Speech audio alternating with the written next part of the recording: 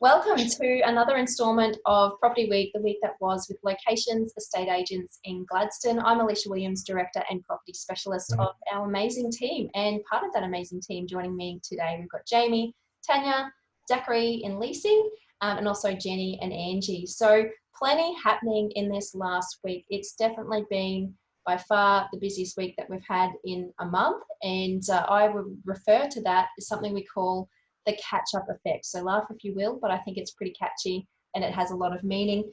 Jamie, you've seen a huge spike in online inquiry and traffic. Yeah, to be honest, so I started in December last year, new to the game, but this has been, the last week and a half has been my busiest week in 2020. And like you said, the catch-up effect that you just told me about, I had been talking about earlier where everyone's at home, getting their appetite, flicking online, realizing that their office isn't big enough or their yard isn't big enough, or maybe they wanted to downsize. So I really see that effect happening now. It wasn't a lie. It's something that we all talked about and we thought was going to happen. And it's evident right now. We're seeing it firsthand where inquiries, I've had from Saturday 5 inspections, possible offer today, and I've got another one late tonight. So it really has picked up, which is fantastic, and it just shows the confidence we have in the little bubble we live in here in Gladstone. So, and can I ask, is there a particular price range where that inquiry is happening, or is it across the board?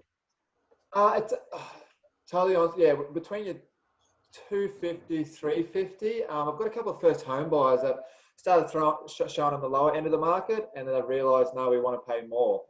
It's still finding their feet. I've got probably out of those 5 inspections, 3 of them are first home buyers, which is promising because they've taken advantage of the low interest rates that we do have. I think the RBA said they're probably at the bottom right now. I think it's around a 2.19%. I think it's 2.7, 2.8 for investors. So, I mean, people are taking advantage of that, and I always said that people will take advantage of this situation, which is it's happening now. Yeah, I agree. Jenny, you've seen similar sorts of trends with the number of inspections and showings? Yes, I've had 7 inspections in the last week. One of them was first home buyer, so she's looking around for a home in the, below 300 or at 300. And then my popular property, hot property at the moment is 3 Carimba. I'm hoping to get an offer on that. I've got 3 very strong interests on that. So waiting for an offer to come in. But yes, and emails inquiries have increased as well. So traffic is definitely moving.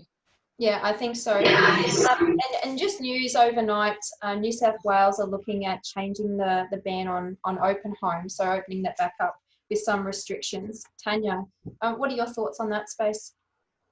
I thought that's probably, it may be a little bit early, but they reckon that they've got more people down there, of course, and they've got just as many people in their takeaway shops as what they do through their open homes.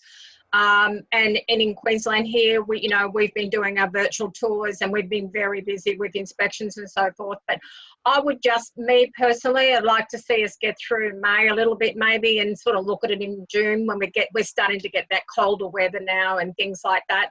So yeah, they're looking at it, but they're not too sure in Queensland yet. And I think that's probably a good thing. I'd rather be more on the cautious side than, yeah, let's go for it, because, we haven't seen any spiking yet, but everyone was out there loose on the weekend running around beaches and things like that. It looked fairly busy. So yeah, let's just sit back and, we're doing okay. We've got a nice little bubble here in Gladstone and I'm happy about that. Yeah, I think so. A great time to be a Queenslander. And if we're going to, come into Origin season without a football team, maybe we just introduce the real estate game as our own virtual state of origin. Oh, I'm sure Michael will love that. Not even here to defend himself. I don't think you'll see his blue jersey this year at all. Won't make an appearance. Zackary, you've had plenty of traffic with the leasing sector. We're still sitting at 2% rental vacancy. Yes, lots of inquiries during the week and the weekend. I had probably over 45 inquiries in total to actioned. It's been very strong, even with the COVID restrictions. We had virtual tours, inquiries out the roof, sitting strong. And with your particular role, you're in a hybrid role with leasing primary and sales being secondary. You're marketing a block of land at West Gladstone at the moment, and you've seen a lot of inquiry through even social media. Yes, so I'm finding social media of the boosts reaching that other audience and reaching an audience outside of the region is working very well to get those inquiries through. And I think there are buyers out there looking for blocks of land that are cheap to go and build their house now, rather than investment. They're seeing the opportunity that it is. If they can pick up a block sub 100,000, you know, build a really nice house for 253, you know, they're already ahead of the game and going to get exactly what they want rather than buying existing and renting. So we do know that lending is still available. You can get, you know, construction loans, 10% deposit, that sort of thing. It's still very flexible out there in the lending space. Angie, you've seen a bit of a trend for acreage lots and close to town? We have had a lot of inquiry on 10 acres plus within 20 minutes from Gladstone, and there's really just not a lot out there. So if you're thinking about selling, please give us a call. We can come out and do an appraisal for you to see where you sit in the current market, but definitely plenty of buyers waiting for bigger acreages. Are they looking because they want to put, you know, things like cattle on there, or are they just wanting space? So does it have to be flat or usable, or is it, you know, hilly? What is their preference? One particular buyer is looking for an absolute minimum of 10 acres for a business. So he currently leases land to run his business and wants to buy his own. He would prefer something with a house that can give him a return income with a tenant as well. And the other ones are just really just lifestyle, just a lifestyle change. Yeah. But we do also have a lot of available land at Beecher Estate, of course. 1 acre lots from 130,000. But yeah, just he could buy a couple of blocks. Yeah, I guess that's okay. A word of warning for people who are looking to buy acreage for businesses: please check with council and do your due diligence around that, and make sure that council will let you set up a home business from those sorts of lots, because sometimes they can't. And I've seen buyers stuck in that position before, and then they've had to on-sell, and sometimes for a loss. So check with council, 49700 700, or get on their website. They've got a great little link called online mapping. Very, very helpful. Shameless plugs. It's our favourite time of the day. What have we got, people? What's coming up? What's new? What's hot? What's reduced? What's ready to sell? I'll go. I'm not going to list any hot listings, but I just want to make a quick point, like Angie just has, with listings. Plenty of people were about to list coming into the COVID and are sort of sitting back. I suggest listing now with this demand, because people are online and people are looking. So if you were thinking of listing and you sort of were holding off, I think the Band-Aid effect it's been ripped off. We settled down, we've done the right things, but I think it's now people are starting to really get out there and start looking. And I think if you were looking to list, let's get you online, let's get you on market and get you out there, because a lot of people are looking and ready to buy. Yeah, cool. Anyone else got a hot listing? Tanya? Yeah, I've had a price reduction there at 1 Daniel Drive in New Auckland. We're now down to 210,000 looking for offers. So yeah, if you're wanting to go through, by all means, give me a call. Yeah, definitely. Angie or Jenny, got anything coming up? 10 Barronong Street, lovely 4-bedroom, 2-bathroom, modern Queenslander style home, polished floors. Tenants just moved out. So private inspections at any time as of Friday. So anyone looking for modern Queensland is set on a big block over 1,000 square metres. So it does offer privacy for those that want a bigger block of land. Yeah, excellent. I've got one there at 1 Llewellyn Close in Carina, corner lot, 3-bedroom, 2-bathroom, pool, carport, as well as a garage. That's pretty good to go at under 300,000. We've had plenty of views on that one already.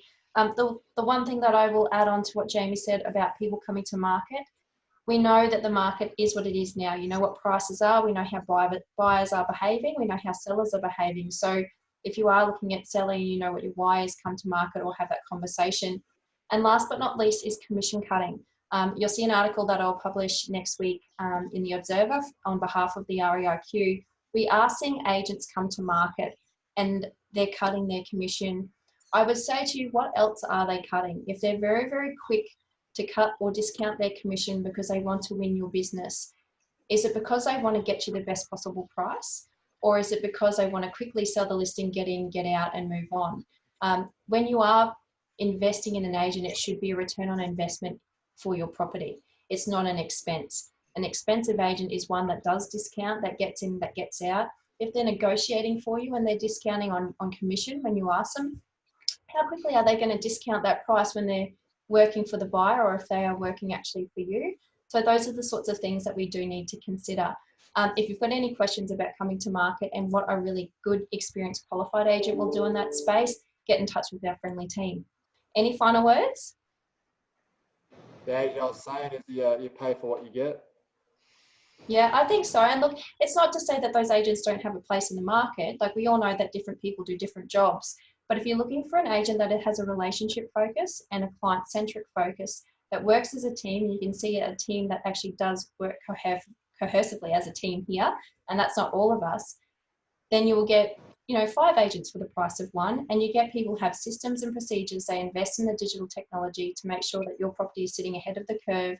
They have great communication skills, and ultimately they want to make sure that you get the best possible result for your property. So I'd say we don't do cheap, but we do well, and we do look after our clients. So thank you for tuning in this week. We hope you enjoyed Property Week. If you've got any questions, hit up one of our team on the panel, but we will talk to you again soon. Thank you. Bye. Thanks, guys. Bye. Hooroo.